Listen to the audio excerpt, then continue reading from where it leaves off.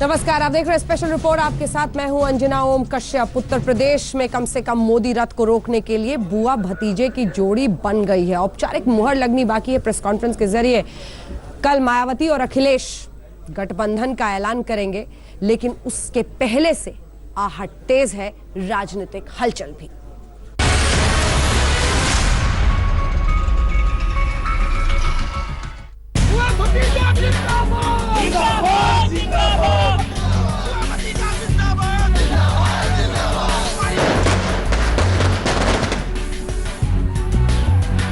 सारे सस्पेंस से पर्दा उठ गया।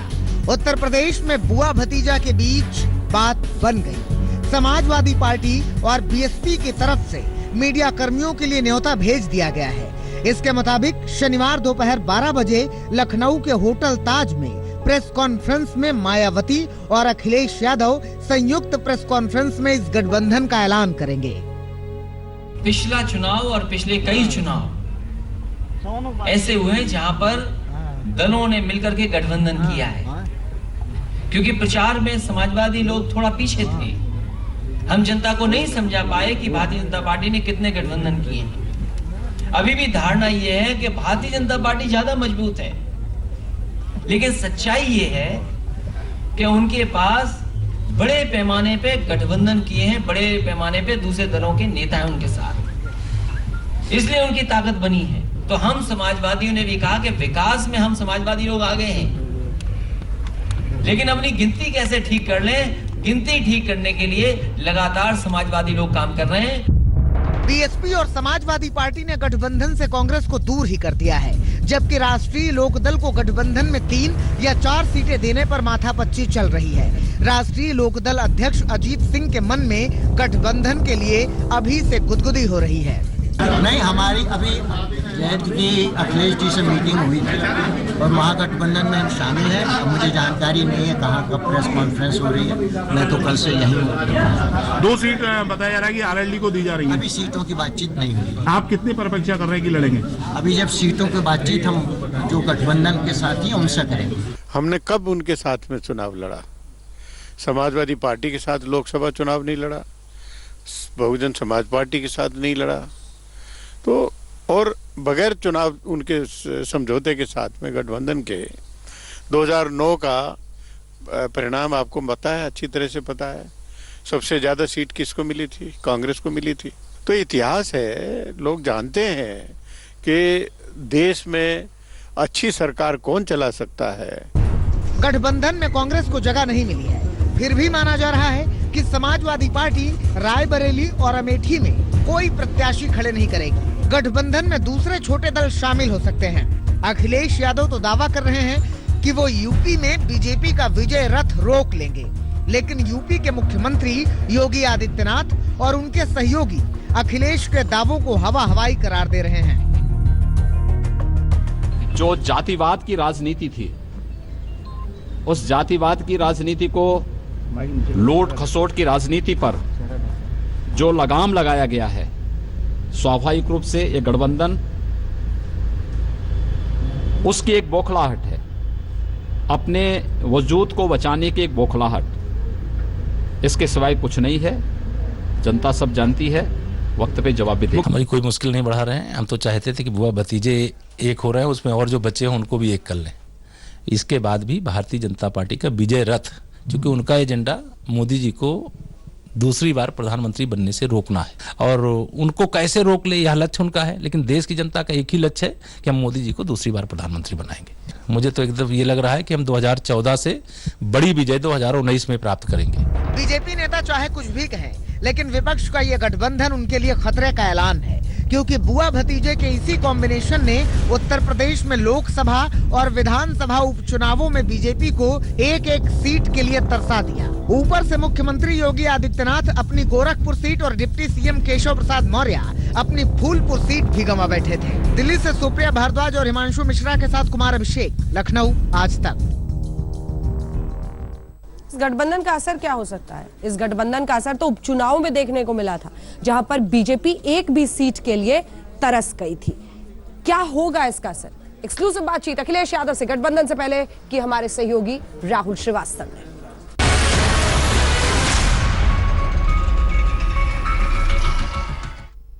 2019 के लोकसभा चुनावों के समर की शुरुआत हो चुकी है और कहा जाता है कि दिल्ली में सत्ता का ताला अगर उसकी कोई चाबी है तो वो उत्तर प्रदेश में है।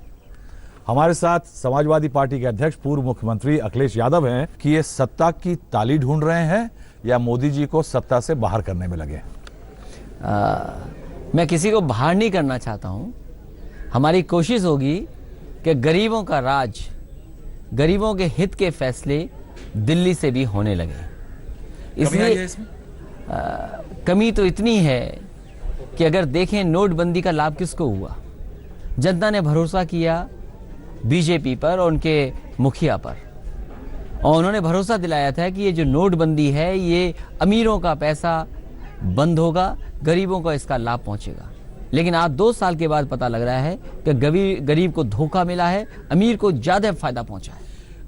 अभी जहां हम बैठे हैं यहाँ पे कार्यक्रम में थे ट्विटर के, वहां सपेरों की बीन बज रही थी। एक चुनाव के दौरान नेता नई बीन लेकर के आते हैं, नई धुन बजाते हैं। कल आप मायावती जी बीएसपी की जो अध्यक्ष हैं उनके साथ मिलकर के एक प्रेस कॉन्फ्रेंस करने वाले हैं। ये पहली बार देख रहा हूं मैं कि एक प्रेस रिलीज आया है बीएसपी की तरफ से जिसमें साइन करने वाले एक बीएसपी के नेता हैं और एक समाजवादी पार्टी के नेता है, और उसमें कहा है कि एक संयुक्त प्रेस वार्ता होगी। क्या कर रहे हैं इस संयुक्त प्रेस वार्ता में? क्योंकि वो प्रेस को जानकारी मिली है और दोनों दलों के फैसले के बाद ही जानकारी मिली होगी। कल गठबंधन का ऐलान होगा और दोनों नेता मिलकर के अपनी बात प्रेस के माध्यम से जनता तक पहुंचाएंगे। क्या गठबंधन है ये अखिलेश? ये आम लोगों का गठबंधन है। तमाम वो गरीब, मजबूरी का गठबंधन नहीं, तमाम वो गरीब लोग जिनके साथ अन्याय हुआ है, जिनको अपमानित किया है, शोषण हुआ है पिछले 4 साल के अंदर, उन सब ने मिलकर के आवाज उठाने का फैसला लिया है। ये मजबूरी का नहीं है, ये भारतीय जनता पार्टी से सीख करके गठबंधन किया है। भारतीय जनता पार्टी ने भी तमाम दलों को एक साथ लाने का काम किया। यानी आपने उनसे सबक सीखा कि कोalition इज अ मस्ट, कोalition जरूरी है। उन्होंने सिखाया है कि कैसे दलों को जोड़ करके, मुख्य नेताओं को दूसरी पार्टी से ला करके कैसे ताकत बनाई जाती है। वो टोटल प्रोफेशनली पॉलिटिक्स कर रहे हैं, गिनती की। उन्हें किसी मुद्दे से लेना देना नहीं है, गरीब का हित हो न हो। मंच से तो ये कहा जा रहा था कि किसान बीमा से, फसल बीमा से किसानों को लाभ होगा, लेकिन जब जमीन पर आप सच्चाई देखें तो फसल बीमा से किसान का लाभ नहीं हुआ, कुछ कंपनियों का फायदा हुआ। हम इस गठबंधन की बात करते हैं। इस गठबंधन की जो अरिथमेटिक्स है वो हमेशा से बहुत स्ट्रांग थी। 90 के दशक में शुरुआत में एक समय आया था जब मुलायम सिंह यादव जी और काशीराम जी के बीच में इसी तरह का गठबंधन हुआ। आपके चाचा रामगोपाल यादव जी और काशीराम जी ने बैठ करके सीटों की फहरिस्त निकाली। अच्छे नतीजे, ये केमिस्ट्री हमेशा थी, ये अरिथमेटिक्स हमेशा थी। इतने साल क्यों लगे? डॉक्टर राम मनोहर लोहिया जी मिलकर के काम करना चाहते थे डॉक्टर भीमराव अंबेडकर जी के साथ, लेकिन समय और परिस्थितियों ने मौका नहीं दिया। वो जाकर के कुछ समय तक नेताजी ने और मान्यवर काशीराम जी ने मिलकर के उस रास्ते को आगे बढ़ाया। मुझे खुशी है इस बात की कि जो काम डॉक्टर राम मनोहर लोहिया जी, डॉक्टर भीमराव अंबेडकर जी करना चाहते थे, वो आज हमें समाजवादियों को मौका मिला है बहुजन समाज पार्टी से गठबंधन करके। क्योंकि तमाम वो लोग जो आबादी के ज़्यादा लोग हैं, जो आबादी के बड़ी संख्या में लोग हैं, वो आज भी दुखी हैं, आज भी परेशान हैं। आगे अगर आपका कल आप गठबंधन की घोषणा करने वाले हैं, इसमें बहुत जरूरी ये होगा कि कहीं कोई मतभेद अगले कुछ दिनों में ना आए। क्या आपने सारे जो चीजें एलिमेंट्स होते हैं एक गठबंधन के वो वर्कआउट कर लिए हैं? सीट शेयरिंग, कौन कहाँ लड़ेगा, ये सब चीजें वर्कआउट? गठबंधन बनने से पहले और गठबंधन होने से पहले मैंने इस बात को कहा था कि भारतीय जनता पार्टी को हटाने के लिए अगर हमें 2 कदम भी पीछे चलना पड़ेगा तो मैं चलूंगा। और उसका परिणाम यह हुआ कि मुख्यमंत्री जहां से हार नहीं सकते थे वहां मुख्यमंत्री हारे। उप मुख्यमंत्री का जो क्षेत्र जो कभी नहीं हराया जा सकता था, वो उप मुख्यमंत्री का क्षेत्र में हारे। सीटें और ये सब चीजें तय हुई हैं? मैं समझता हूं जब मैं कल आप ये घोषणा करेंगे इस चीज की, ऐसी कुछ सीटों का तो मैं नहीं कह सकता हूं, लेकिन फिलहाल ये बैठ करके बातचीत तो हो जाए गठबंधन की। घटक तय हो चुके हैं मेरे साथ, क्योंकि पहले से कई दल साथ रहे हैं। आरएलडी मान लीजिए हम मिलकर के लड़े हैं, बहुजन समाज पार्टी ने साथ दिया था, सहयोग किया था। निषाद पार्टी के उनके बेटे हमारे साथ हैं, उन्हें मैंने गोरखपुर चुनाव लड़ाया था, चुनाव चिन्ह साइकिल के सिंबल पे। तो मैं समझता हूं कहीं कोई ऐसी बात नहीं आएगी, ये रास्ता निकालने का काम होगा। आप कांग्रेस का नाम नहीं ले रहे हैं? कांग्रेस पार्टी से अभी कोई बातचीत नहीं हुई, कांग्रेस पार्टी से कोई बातचीत नहीं हुई, लेकिन कल तो केवल इस बात का ऐलान है कि हाँ, सपा और बसपा गठबंधन के साथ आगे बढ़ना चाहते। इधर गठबंधन, इधर अधिवेशन। जी हाँ, गठबंधन एसपी बीएसपी का, अधिवेशन बीजेपी का, और वहां पर भी वही आवाज बार बार सुनाई दे रही थी। गठबंधन को कोसते हुए नजर आ रहे थे बीजेपी अध्यक्ष अमित शाह। यूपी की हुंकार भरी, कहा 73 से 74 होंगे, 72 नहीं।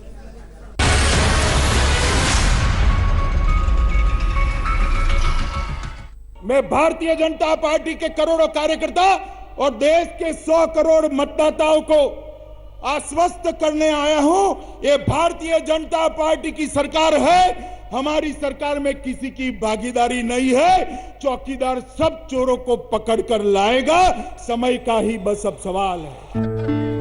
बीजेपी अध्यक्ष अमित शाह का ये अंदाज बता रहा है कि 5 राज्यों के विधानसभा चुनाव में हारने के बाद बैकफुट पर आई बीजेपी सवर्ण रिजर्वेशन के ऐलान के बाद फ्रंट फुट पर आ गई है। भारत माता की। दिल्ली के रामलीला मैदान में आज से बीजेपी की 2 दिवसीय राष्ट्रीय परिषद की बैठक शुरू हुई। प्रधानमंत्री नरेंद्र मोदी अमित शाह के साथ इस बैठक में पहुंचे, जहां पहले से ही बीजेपी के वरिष्ठ नेता इंतजार कर रहे थे। प्रधानमंत्री नरेंद्र मोदी ने वरिष्ठ नेता लाल कृष्ण आडवाणी के साथ मिलकर दीप जलाया, तो अमित शाह ने मुरली मनोहर जोशी के साथ। सुषमा स्वराज ने भी दीप प्रज्वलित किया। बीजेपी अध्यक्ष अमित शाह ने माइक संभाला तो सीधे मिशन 2019 पर आ गए। राहुल गांधी और सोनिया पर सीधा हमला बोला। जो स्वयं बेल पर है, मां बेटा दोनों बेल पर है, जिनके पर 600 करोड़ का नोटिस बकाया इनकम टैक्स ने निकाला हुआ है, जिन्होंने हड़प की हुई संपत्ति को हाई कोर्ट ने खाली कराने का सरकार को ऑर्डर दिया है, ऐसे श्रीमान राहुल गांधी जी नरेंद्र मोदी सरकार पर प्रहार करें, भ्रष्टाचार का प्रहार करें। राहुल जी, कोरे आरोप करने से देश की जनता मानेगी नहीं। देश की जनता की सूझबूझ आपसे बहुत ज्यादा है। अमित शाह की निगाहें उत्तर प्रदेश पर भी थीं, जहां पिछले लोकसभा चुनाव में बीजेपी गठबंधन को 73 सीटें मिली थी। अब यूपी में एसपी बीएसपी का गठबंधन हो रहा है। ताल ठोक कर कहा, बीजेपी की सीटें बढ़ेंगी नहीं तो घटेंगी भी नहीं। यूपी का भारतीय जनता पार्टी का यूनिट 50% की लड़ाई लड़ने के लिए तैयार है। यूपी में 73 से 74 होगी, 72 होने की संभावना नहीं। आज अमित शाह ने कार्यकर्ताओं का हौसला बढ़ाया तो कल नरेंद्र मोदी समापन भाषण करेंगे। बीजेपी के राष्ट्रीय अधिवेशन में आज अमित शाह ने अपने कार्यकर्ताओं के अंदर 2019 का चुनाव जीतने के लिए जुनून भरा, तो कल प्रधानमंत्री नरेंद्र मोदी जीत का मंत्र देंगे।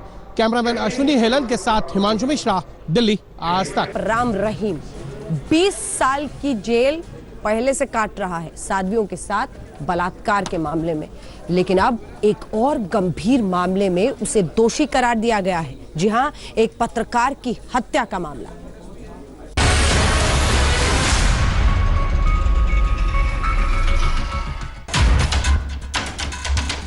डेरे की साध्वियों से बलात्कार के जुर्म में स्टार बाबा जेल की चक्की पीस रहा है, लेकिन हीरो बाबा कभी खुद को मल्टी टैलेंटेड बताता था, क्योंकि वो सिर्फ फिल्म में हीरो ही नहीं बल्कि संगीतकार, लेखक, गीतकार, सिनेमेटोग्राफर, ड्रेस डिजाइनर, यानी ऑल इन वन था। राम रहीम की मायावी दुनिया के इस विस्तार पर धर्मशास्त्र और अर्थशास्त्र के सिद्धांतों की सारी व्याख्याएं स्थगित हो जाती हैं।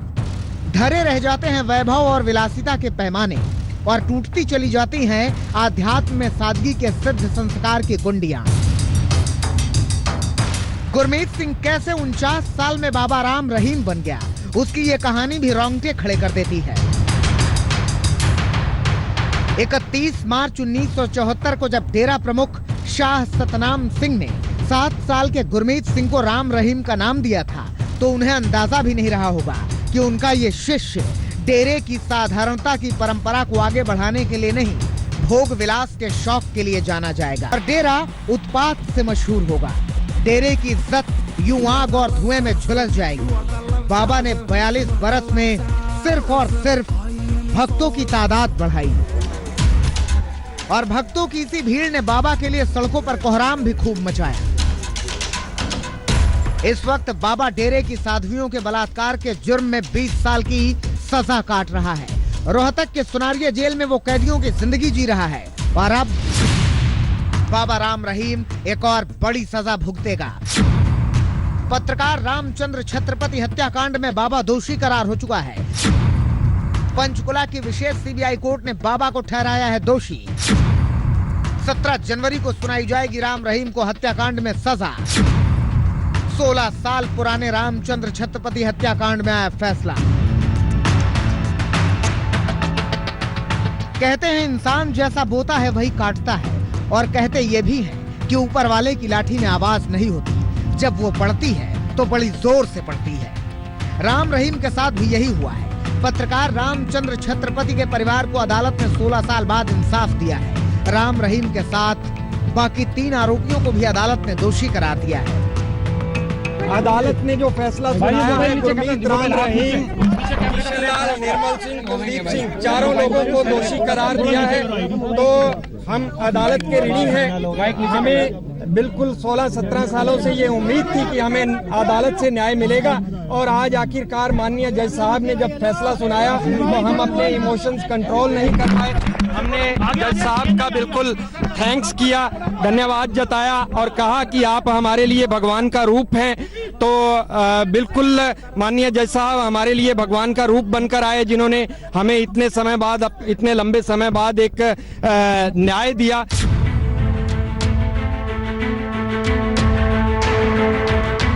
ये वही पंचकुला सीबीआई कोर्ट है जिसने साध्वियों के बलात्कार के जुर्म में राम रहीम को 20 साल के लिए जेल भेजा था, और राम रहीम पर फैसला आते ही पंचकुला में कोहराम मच गया था। करीब 1.5 साल बाद पंचकुला में सीबीआई की वही स्पेशल कोर्ट एक बार फिर बैठी। मुलजिम इस बार भी गुरमीत उर्फ बाबा राम रहीम था, लेकिन इस दफा इल्जाम कत्ल का था, वो भी एक पत्रकार ने। पंचकुला में एक बार फिर सुरक्षा की जबरदस्त तैयारी थी।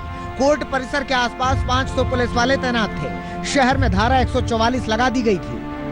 पुलिस और प्रशासन पिछले हादसे से शायद पूरी तरह सबक ले चुके थे, या फिर ये भी मुमकिन है कि पिछले 1.5 साल में राम रहीम के पाखंड को उसके भक्त अच्छी तरह समझ चुके थे। इसलिए इस बार बाबा के समर्थन में न भीड़ उमड़ी न भक्त। सुरक्षा व्यवस्था कितनी है इसका अंदाजा आप ये दृश्य देखकर लगा सकते हैं। पंचकुला शहर में हरियाणा पुलिस की 9 कंपनियां लगाई गई हैं। तकरीबन 1500 के करीब जवानों को तैनात किया गया है।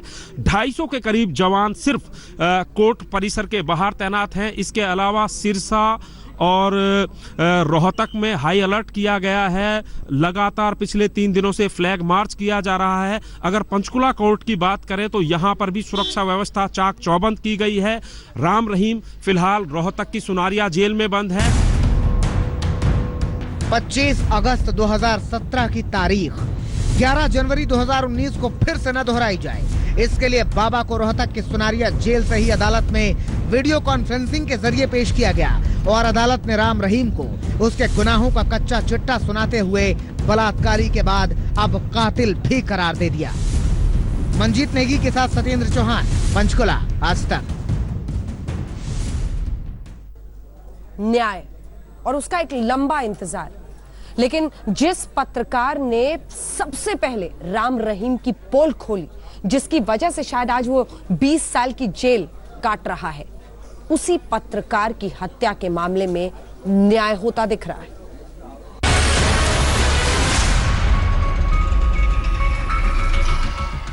अपनी जिन 2 साथियों से बलात्कार के जुर्म में बाबा 20 साल की सजा काट रहा है, उसका कनेक्शन भी पत्रकार रामचंद्र छत्रपति हत्याकांड से जुड़ा हुआ है, क्योंकि रामचंद्र छत्रपति ने अपने सांध्य अखबार पूरा सच में वही गुमनाम पत्र छाप दिया था जिस पत्र की वजह से राम रहीम आज सलाखों के पीछे है। इसके बाद से ही बाबा के काले कारनामों का खुलासा होना शुरू हुआ, लेकिन इसका खामियाजा पत्रकार रामचंद्र छत्रपति को अपनी जान देकर चुकाना पड़ा। कहते हैं कि सिरसा के पत्रकार रामचंद्र छत्रपति ने जब बाबा के यौन शोषण की कहानी अपने अखबार में छापी, तब से ही बाबा और उसके गुंडे उनकी जान के दुश्मन बन गए थे। 24 अक्टूबर 2002 को दिन दहाड़े बाइक पर सवार 2 शूटरों ने छत्रपति को 5 गोलियां मारी। बाद में 21 नवंबर 2002 को दिल्ली के अपोलो अस्पताल में रामचंद्र छत्रपति की मौत हो गई थी। आज दोषी करार दिया गया है। 17 जनवरी जो है वो सजा पर क्वांटम ऑफ सेंटेंस के लिए बहस होगी, तो हम लोग उम्मीद करते हैं कि माननीय अदालत जो है वो सख्त सजा सुनाएगी और हम मांग करते हैं कि ऐसे आरोपी, ऐसे अपराधी के लिए कैपिटल पनिशमेंट होनी चाहिए। छत्रपति की मौत के बाद 2003 में ही सिरसा पुलिस ने हत्या का मामला दर्ज करा लिया था, लेकिन राम रहीम की ऊंची पहुंच के चलते केस में आगे कुछ नहीं हुआ। बाद में बलात्कार के मामले के साथ साथ 2006 में पत्रकार रामचंद्र छत्रपति मर्डर केस को भी अदालत के आदेश पर हरियाणा पुलिस से लेकर सीबीआई को सौंप दिया गया। शुरुआती तफ्तीश के बाद 2007 में सीबीआई ने इस मामले में राम रहीम और उसके 3 लोगों कुलदीप सिंह, निर्मल सिंह और कृष्णलाल को आरोपी बताते हुए आरोप पत्र दाखिल कर दिया। इसमें राम रहीम को इस हत्याकांड का मुख्य आरोपी बताया गया था। उसकी सच्चाई बिल्कुल सामने आ गई है। जो मैं बोला था, जो मेरे सामने साजिशें रची गई थी, वो आज साबित सच्ची हो गई है और उसको जो आज दोषी करार दे दिया गया है और 17 तारीख को उसको सजा। इस मामले में कुल 46 गवाह पेश किए गए थे, लेकिन राम रहीम को गुनहगार ठहराने में जिसकी गवाही सबसे ज्यादा अहम साबित हुई, वो कोई और नहीं बल्कि राम रहीम का अपना पूर्व ड्राइवर खट्टा सिंह था। खट्टा सिंह ने बाकायदा कोर्ट में गवाही दी थी कि गुरमीत राम रहीम ने उसके सामने ही पत्रकार रामचंद्र छत्रपति की हत्या करने का हुक्म जारी किया था।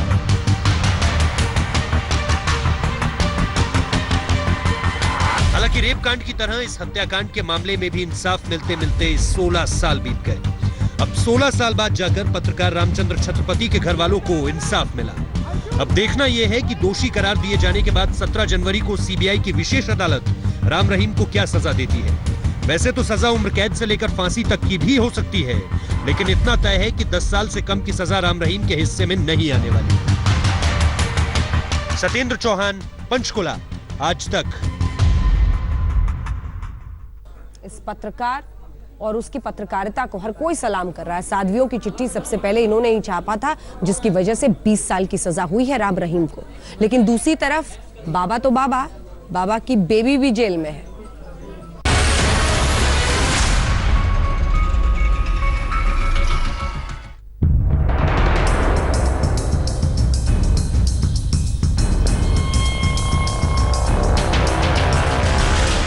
ये वही हनीप्रीत है जो कभी महलों की रानी थी, बाबा की बेबी थी।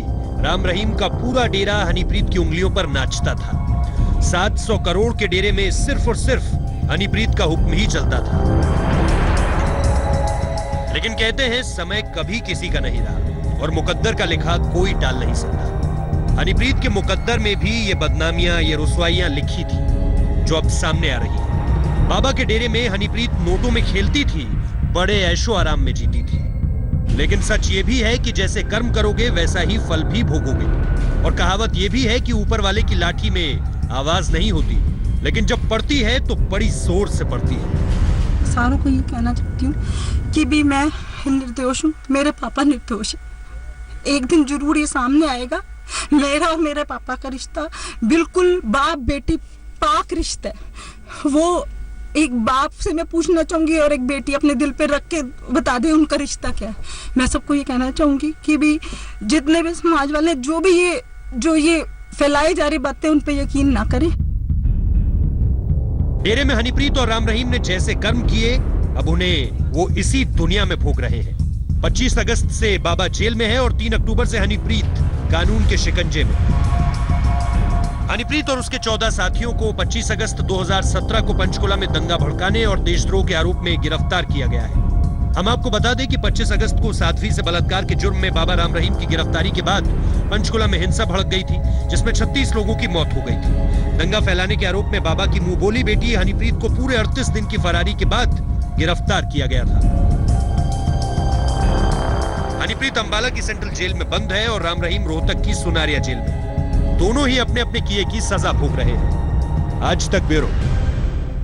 2019 में जनता की आरती उतारनी है नेताओं को, लेकिन उससे पहले कहां ना पहुंच रहे हैं। जी हां, गौशाला पहुंचे हैं अरविंद केजरीवाल गौमाता की आरती उतारने।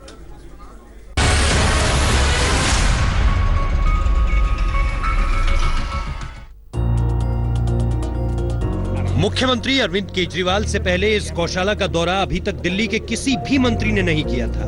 केजरीवाल के साथ पशुपालन मंत्री गोपाल राय और विभाग के तमाम आला अधिकारी मौजूद थे। गौशाला में गायों के इंतजाम का जायजा लेने के बाद केजरीवाल ने कहा कि सरकार इस गौशाला में पानी का इंतजाम करेगी। एमसीडी पर निशाना साधते हुए उन्होंने 12 करोड़ का बकाया फंड भी जारी कराने की बात कही। बवाना की इस गौशाला को उत्तर भारत की सबसे बड़ी और मॉडल गौशाला माना जाता है।